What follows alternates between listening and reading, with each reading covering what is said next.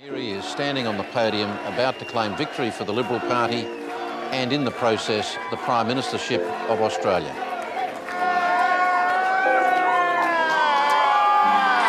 When the Leader of the Opposition stood next to a sign that described me as a man's bitch. You obviously enjoyed hearing it, so let me say it again. The Government of Australia has changed.